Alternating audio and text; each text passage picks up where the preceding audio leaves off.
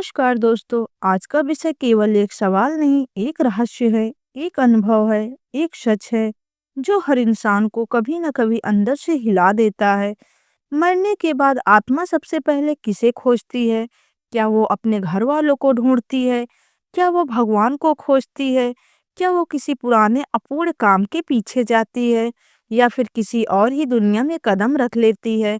आज मैं आपको ऐसी दिव्य बातें बताने जा रही हूँ जिन्हें सुनकर आपका दिल कांप उठेगा और मन शांत भी हो जाएगा। मृत्यु का पहला क्षण जब प्राण शरीर से निकलते हैं तो आत्मा के सामने सबसे पहले एक अजीब सी खाली दुनिया दिखती है। ना रोशनी, ना अंधेरा, बस एक मौन, एक शांति। और इसी शांति के बीच आत्मा सबसे पहले अपने ही शरीर को खोजती है।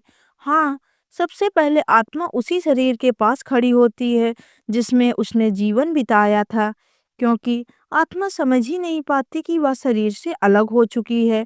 जैसे कोई नींद से जागे और कुछ क्षणों तक समझ न पाए कि वह कहाँ है, वैसे ही आत्मा कुछ समय तक अपने शरीर को समझती रहती है। जब आत्मा अपने शरीर के पास खड़ी होकर अपने प्रियजनों को देखती है, उनके रोने धोने को देखती है, तो वह सबसे पहले अपने ही परिवार को, अपनी माँ को, अपने पिता को और अपने बच्चों, अपने जीवन साथी को खोजती है, क्योंकि जीवन भर सबसे गहरा संबंध इन्हीं से जुड़ा होता है।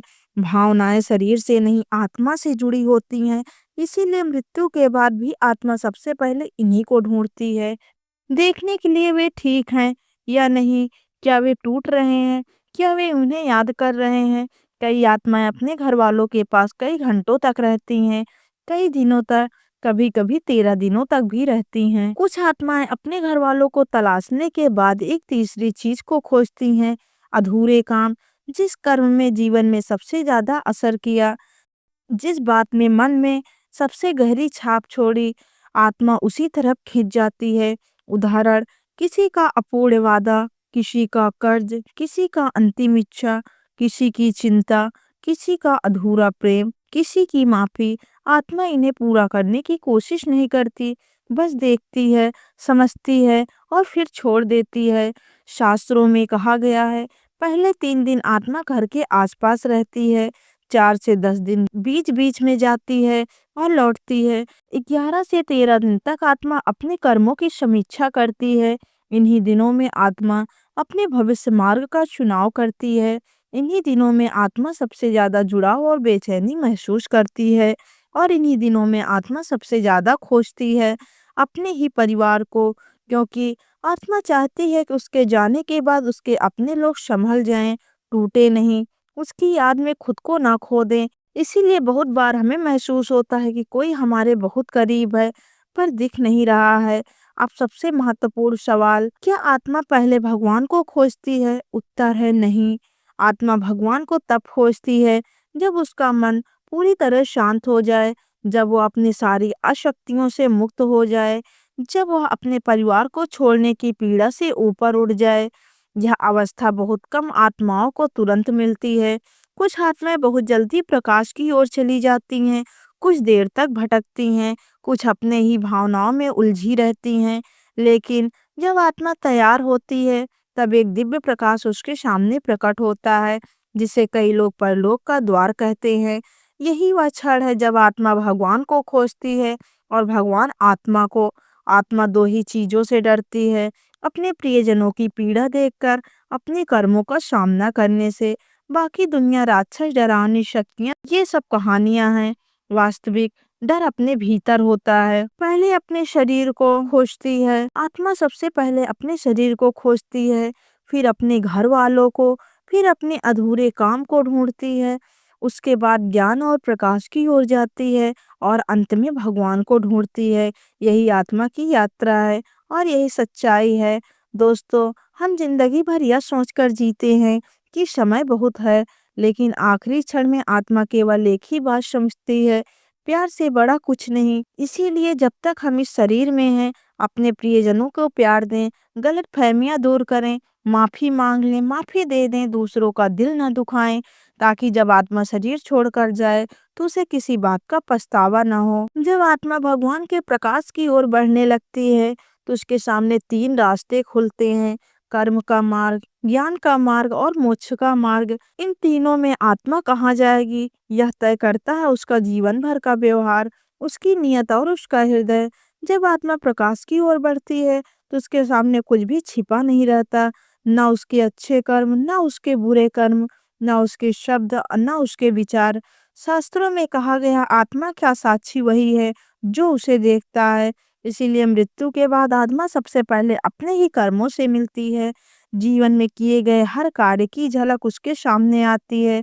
किसे खुश किया, किसे सताया, किसे धोखा दिया, किसे उठाया, हर क्षण एक दर्पण बनकर आत्मा को दिखाई देता है। यह दंड नहीं, यह एक समझ है जो आत्मा को आगे की दिशा देती है। सबसे बड़ा दुख किसी आत्मा को तब होता है जब वह देखती है उसके जाने के बाद घर वाले टूटकर लड़ रहे हैं, दुखी हो रहे हैं और खुद को अकेला समझ रहे हैं। वह चाहकर भी उन्हें छू नहीं सकती, कुछ कर नहीं सकती, चेतावनी नहीं दे सकती, बस देख सकती है। और यही असहाय भाव आत्मा को सबसे ज्यादा पीड़ा देता है।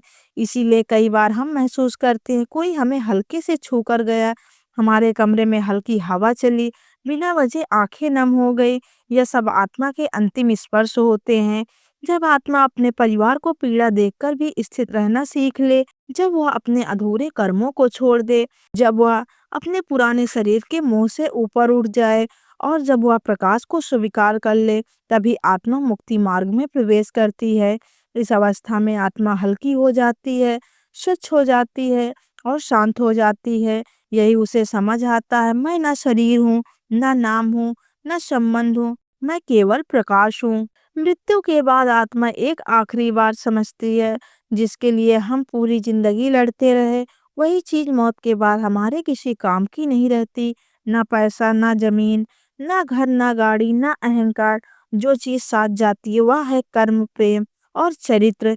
इसीलिए आत्मा हर जन्म में अंत में यही सीखती है, प्रेम करो, सत्य बोलो और सबसे साथ अच्छा करो, यही साथ जाता है। गांव के किनारे बसी एक छोटे से घर में 65 साल की सरस्वती देवी रहती थी। जीवन में बस एक ही सहारा था, उसका बेटा। पति पहले ही गुजर चुके थे और घर में बस यही दो लोग एक दूसरे की दुनिया थे। आरब अपनी माँ से बेहद प्यार करता था। हर सुबह माँ के पैर छूकर काम पर जाता और हर शाम हाथों में दवा लेकर और फल लेकर घर लौटता। माँ कहती, बेटा तू ही मेरा सब कुछ है। आरब मुस्कुराकर जवाब देता, अम्मा आप ही तो मेरी दुनिया हो। लेकिन एक दिन किस्मत ने दोनों को अलग करने की तैयारी कर ली। एक सुबह सरस्वती देवी मंदिर जाने के लिए निकली। रास्ते में उनके सीने में तेज दर्द उठा और वे वहीं गिर पड़ी। लोग दौड़े, पानी पिलाया, डॉक्टर को बुलाया, लेकिन सरस्वती देवी इस दुनिया को अलविदा कह चुकी थी। आरब को फोन गया, वह भागते हुए आया, माँ को गोद में उठाकर चिल्लाने लगा, अम्मा आप मुझे छोड़कर नहीं जा सकती। लेकिन माँ अब नहीं सुन रही थी। उसी समय कहीं ऊपर एक हल्की सी हवा हिली, एक धुंध जैसी आकृति धीरे से जमीन से ऊपर उठी और मातृ शरीर के पास खड़ी हो गई। वह सरस्वती देवी की आत्मा थी। आत्मा ने जब नीचे देखा तो अपने ही शरीर को जमीन पर पड़ा पाया। लोग रो रहे थे, हाथ पकड़कर हिला रहे थे, लेकिन शरीर शांत था। सरस्वती आत्मा को समझ नहीं आया कि वह अब शरीर से अलग हो चुकी है। उन्होंने हाथ बढ़ाकर आरब को छूना चाहा, लेकिन हाथ उसके आर पार निकल गया। वह घबरा गई, वे चिल्लाई, बेटा मैं यहाँ हूँ, मुझे देख, मुझे सुन। पर कोई नहीं सुन रहा था। उन्हें पहली बार समझ आया, मैं मर चुकी हूँ। सरस्वती देवी की आत्मा रो पड़ी। सबसे पहले उन्होंने अपने बेटे को खोजा, वही बेटा जिसे देखकर उनका जीवन चलता था। वह उसके बिल्कुल पास जाकर खड़ी हो गई, उसके सिर पर हाथ फेरा। हालांकि उसका स्पर्श उसे महसूस नहीं हुआ, पर आरब की आंखें अचानक नम हो गई, जैसे कोई अनदेखा हाथ उसे छू कर गया हो। सरस्वती आत्मा का मन भर आया, आरब बेटा मैं कहीं नहीं जा रही हूँ, मैं तेरे पास हूँ। शरीर घर लाया गया, रोने की आवाज गूंजती रही। रिश्तेदार आते रहे, जाते रहे, लेकिन आत्मा पूरे 3 दिन शरीर और घर के आसपास ही रही, क्योंकि माँ का मन कहीं और लग ही नहीं रहा था। वह बस अपने बेटे को ही ढूंढ रही थी, देख रही थी। वह खाना नहीं खा रहा था, नींद नहीं ले रहा था, उसकी आंखें सूज चुकी हैं। सरस्वती आत्मा बार बार उसके पास जाती, उसके सिर पर झुक जाती। उसे लगा काश एक बार वह कह पाती, बेटा मैं ठीक हूँ, तो खुद को मत तोड़।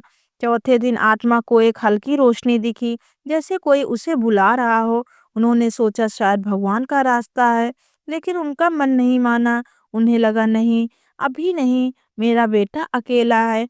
आत्मा घर के कोने में घूमने लगी। उन्होंने देखा कि उसकी पसंदीदा चूड़ियां अभी भी अलमारी में रखी हैं।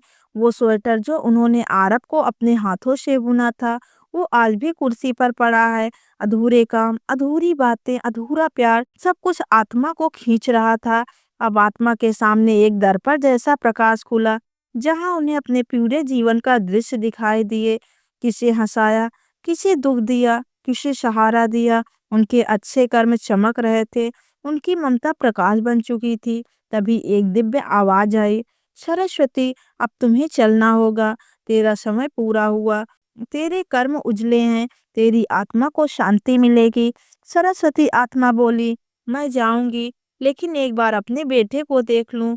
आवाज ने कहा, जा, आज आखिरी रात है, कल तुझे आना ही होगा। उस रात आरब अपने कमरे में अकेला बैठा रो रहा था। आंसू रुक नहीं रहे थे। तभी उसे लगा कमरे में कोई है। हल्की सी हवा चली, पर खिड़की बंद थी। उस पल सरस्वती आत्मा उसके सामने खड़ी हो गई। आरब उन्हें देख नहीं सकता था, लेकिन महसूस कर सकता था। माँ ने आखिरी बार उसके सिर पर हाथ रखा। इस बार आरब का शरीर कांप उठा, जैसे उसे किसी ने सचमुच छुआ हो। आरब ने बिना जाने कहा, अम्मा, अगर आप हो तो मत जाइए। आत्मा की आंखें भर आई। उन्होंने कहा, बेटा, मैं हमेशा तेरे साथ हूँ, बस शरीर छोड़ रही हूँ, ममता नहीं। और वह धीरे धीरे प्रकाश में विलीन हो गई।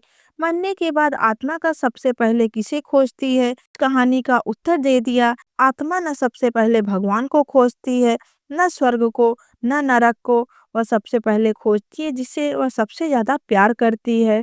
सरस्वती आत्मा ने भी यही किया, आखिरी सांस तक और उसके बाद भी। तो दोस्तों, अगर आज की यह वीडियो आपके दिल को छू गई हो, तो वीडियो को लाइक करें, चैनल को सब्सक्राइब करें और अपने परिवार और मित्रजनों के साथ शेयर करना न भूलें। धन्यवाद।